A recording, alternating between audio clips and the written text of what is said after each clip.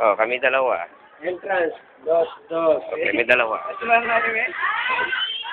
Ayan na. Yan na po yan na po pagpasok.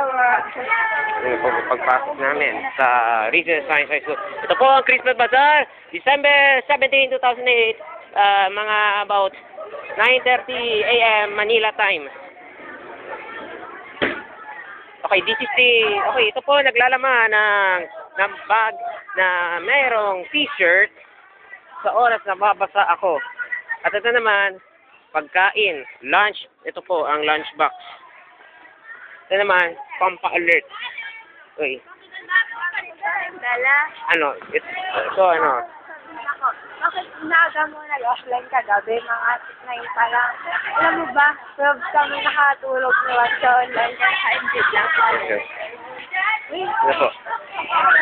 uniform kasi uli yung